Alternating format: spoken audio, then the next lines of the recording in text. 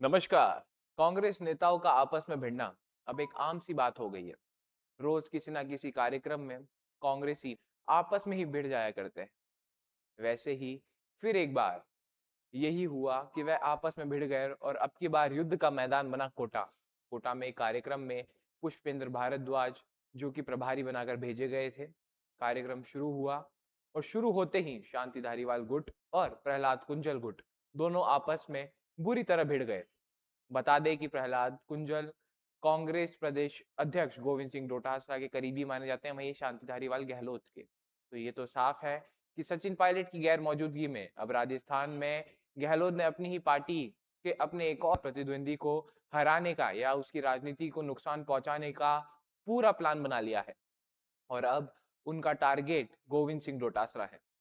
और इसका उदाहरण है हालिया घटनाएं, जिसमें कभी बाड़मेर में डोटासरा के कार्यक्रम में गहलोत के नारे लगते हैं और पोस्टर लहराए जाते हैं, तो कभी गहलोत गुट का नेता सीधे मंच से डोटासरा से भिड़ जाया करता है।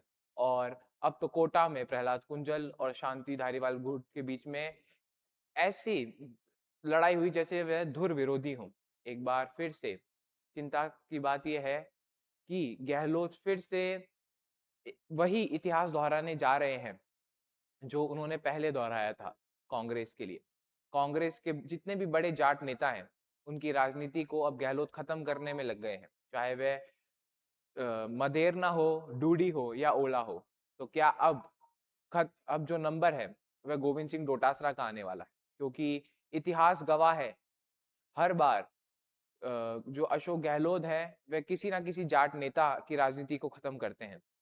पहले उनने मदेरना की करी, उसके बाद डूडी की करी, फिर ओला की करी और अब उनका जो अगला टारगेट है 2028 चुनाव के लिए कांग्रेस में ही, वो है गोविंद सिंह डोटासरा। गोविंद सिंह डोटासरा भी कच्चे खिलाड़ी नहीं है, लगातार प्रयास कर रहे हैं, पर गहलोत लगातार ऐसे समीकरण बैठा रहे हैं जिससे सीधा जो चुनौती है वह गोविंद सिंह डोटासरा को दे सके। साथ ही गहलोत अब नारा भी दे चुके हैं, चौथी बार गहलोत सरकार वरना भजन लाल बरकरार।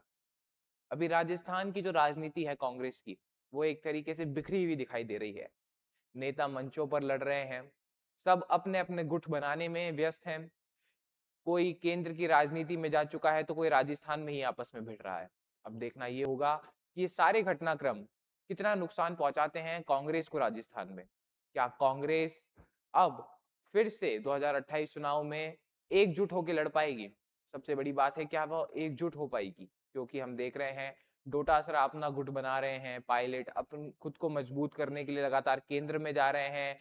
एक तरफ जो गहलोत हैं, वह लगातार जो वरिष्ठ नेता हैं या फिर ये कहें उन्हीं के टीम के खिलाड़ी हैं, उनको और मजबूती प्रदान करने के लिए लगातार प्रयास कर रहे हैं। साथ ही जो बाकी उनके प्रतिद्वंदी हैं कांग्रेस में ही, उनकी राजनीति को खत्म करने का लगातार गहलोत प्रयास कर रहे हैं।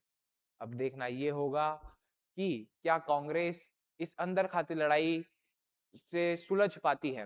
क्या वह एकजुट होकर चुनाव लड़ पाती है? खैर, सवाल बहुत सारे हैं। इस विषय में आपका क्या मानना है, आपके क्या विचार हैं, हमें ज़रूर बताएँ। ऐसी और खबरों के लिए, ऐसी और जानकारियों के लिए बने रहें हमारे साथ। तब तक के लिए धन्यवाद।